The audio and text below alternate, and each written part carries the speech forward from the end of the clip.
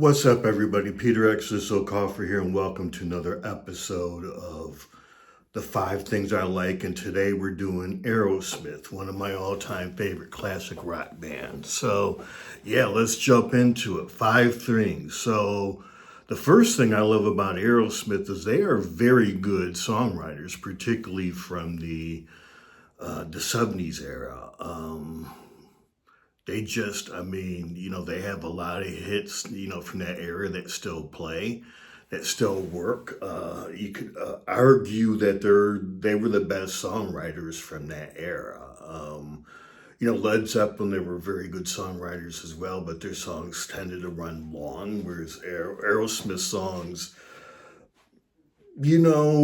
rarely went beyond 5 minutes. So they were in that 3.5 to 4.5 minute, which could get you on the radio back in those days. Won't get you on the radio today, but back then it would.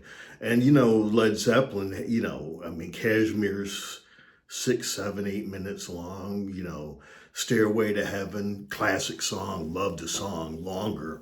A lot of this stuff, particularly from Led Zeppelin 1 and 2, my favorite Led Zeppelin albums, they all run, 5, 6 minutes plus. And so, love me some Aerosmith. Love those albums.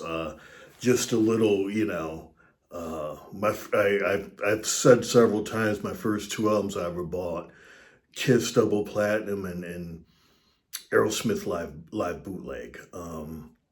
But Aerosmith was the first group that I could listen to, an album all the way through without skipping around. And I think every middle schooler or 15-year-old, 14, 15-year-old has ADHD, particularly when it comes to music.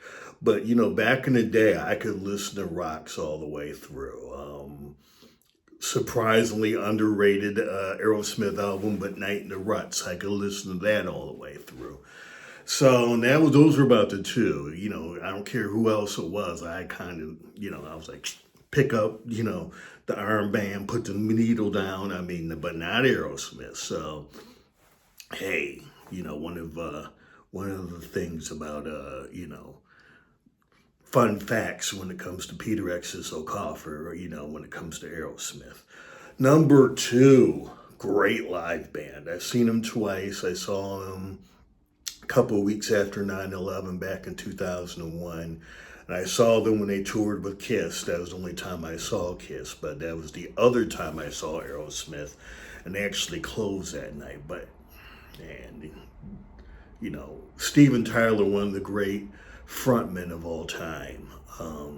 So, yeah, they were a good live band. So, their live albums are great. Live Bootleg, they have Classics Live Volume 1 and 2. They have just South of Sanity, with some of their 90s stuff on there. Yeah, so there's plenty out there, if you want to, dabble in, live Aerosmith. And they're all good.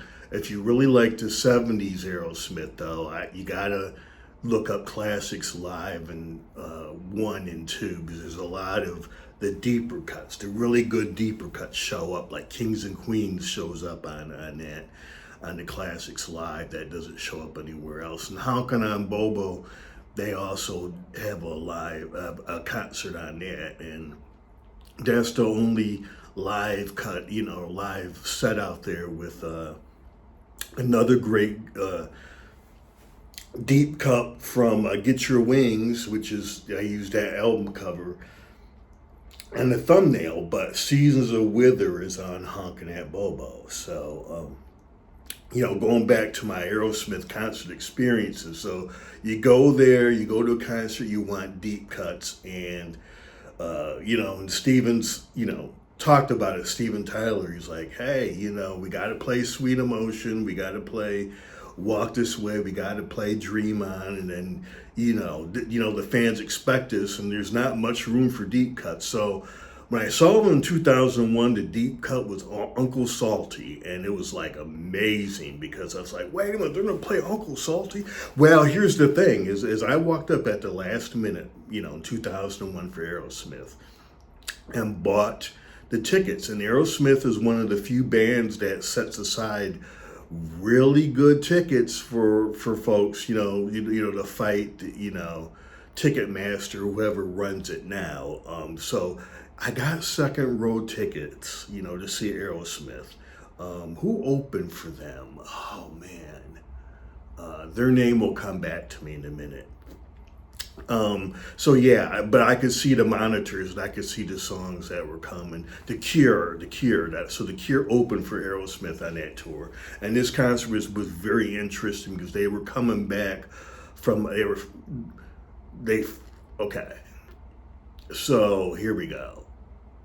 They came in, set up, and did a walkthrough. I don't know where they were coming from, but I did work at Sam Goody Music Store, and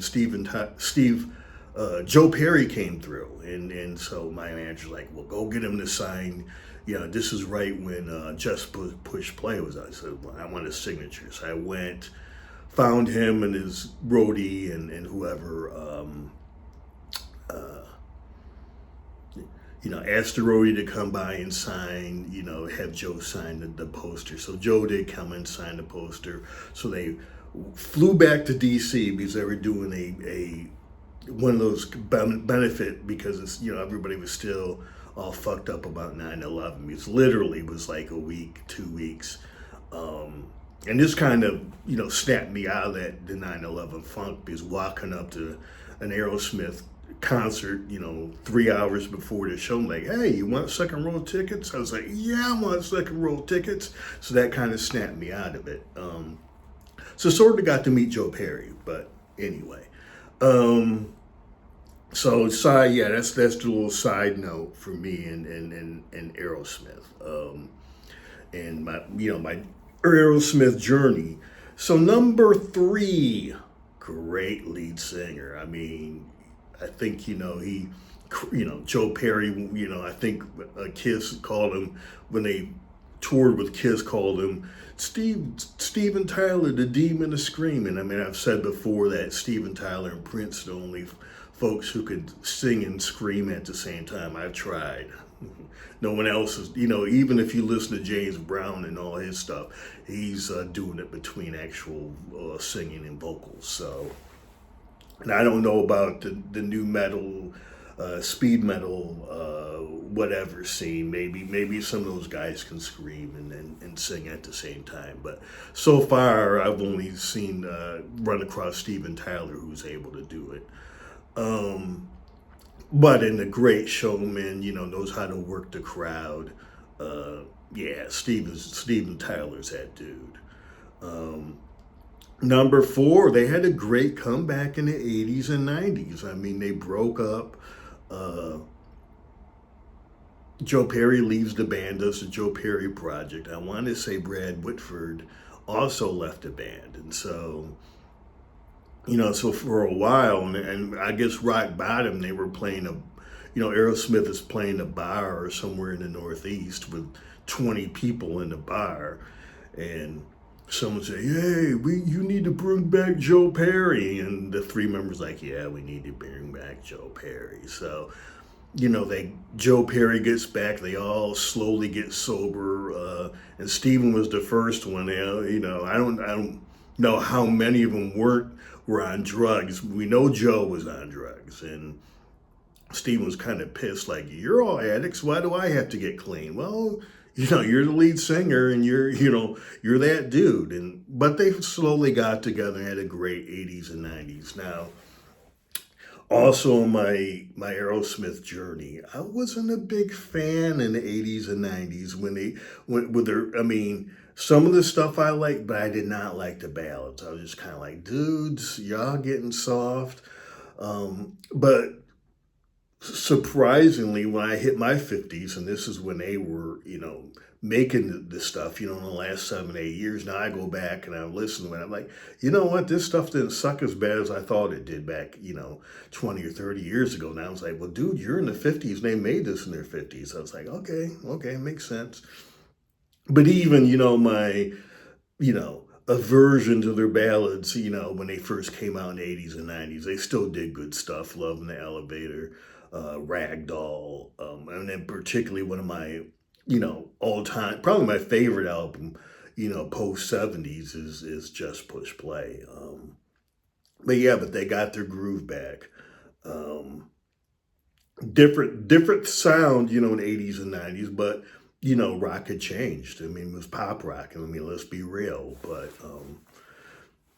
I don't know. I mean, Guns N' Roses, when they were doing pop rock, was still doing, was basically doing 70s classic rock. But I mean, sometimes you got to do new stuff. You just, you run out of, you try new things because the stuff you're doing, 20 years ago, 15 years ago, you need to, plow new ground, so to speak. So yeah, that was number 4, great comeback in the 80s and 90s. Number 5, the blues and the funk. Now, unlike Led Zeppelin, Aerosmith did give props in their first album. They did a couple of blues covers. I really liked the first Aerosmith album. It's one of my favorites. Probably, Rocks is my all-time favorite, and Rocks did make it into the Rolling Stone top 500 albums of all time, which I was pleasantly surprised because, Toys in the Attic sold and Draw the Line, I'm pretty sure sold more in the 70s. But, Rocks was that album even back, as I said earlier, 13 years old. I could listen to that thing, through many, many times. But so my all-time favorites are Rocks. And I'm not going to rank these 3. Night in the Ruts is an underrated album. And then the Aerosmith album, and what I love about their debut album is they're really hungry. And you can tell, it sort of reminds me of the debut Doors album. And the great debut album is this new musical act that's just hungry and wants to conquer the world, so to speak. And Aerosmith had that energy. Now, Joe Perry, I was reading probably a year ago, he's not that thrilled with the first album. It's like, well, we should have done this or mixed it that way or whatever. I'm just like, Joe, chill. I mean, that's, the debut album sounds like a great debut album should sound, and hungry, and we want to conquer the world. So, but Aerosmith, the debut album is one of my first, and of course we know a little bit about the history of Dream On. It didn't hit right away. I think, it ain't, this classic song, it just kind of never really, it didn't hit until I think Toys in the Attic. Yeah. And, that was their breakout album. So yeah.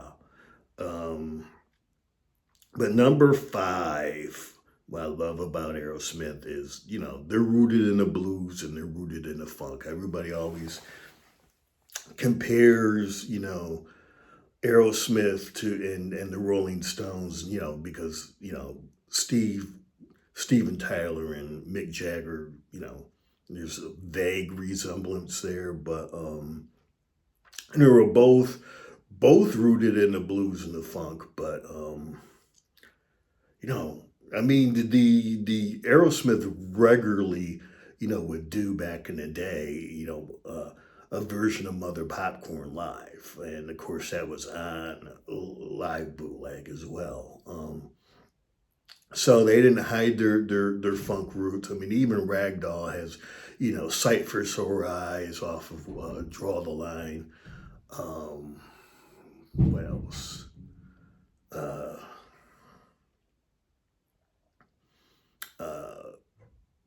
Lord of the Thighs, Can't Get It Up. Lord of the Thighs is on Get Your Wings, Can't Get It Up, Draw the Line. So yeah, they had a little funky swing to them. And of course, they always were honest about their love of the blues.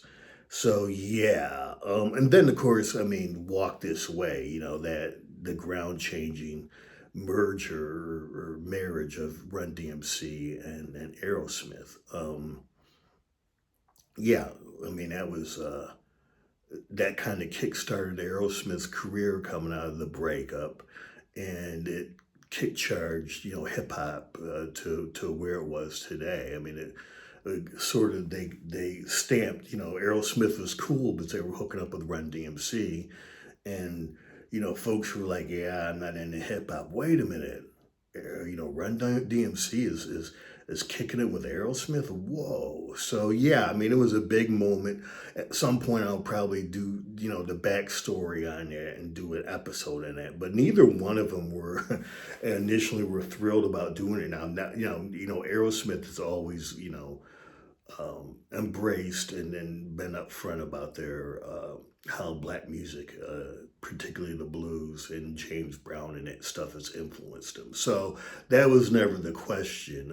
But Rick Rubin pushed for this to happen, and wisely so, and historically so. I think this is going to play huge down the road. With the legacy of Aerosmith, because that was a historic collaboration, so to speak, and it changed certainly changed MTV, and it changed the face of music. I mean, the color barrier, Michael Jackson broke that, but you know, does Yo MTV Raps, is delayed, if not for, Walk This Way. Now, someone else probably does it if it's not Aerosmith and Run DMC, but it was Aerosmith and Run DMC that happened. I believe it was 86, but well, I'll double check that and correct if that's not the case, and the whatever, not the comments, but the description. So yeah, had fun doing this episode. Has been planned for a while. So let me hit this close. Thank you for coming through. I have my own albums, 5, working on number 6, will probably be coming out, November, December. I'm on all the streaming services. I record under the name Exodus, Xodus.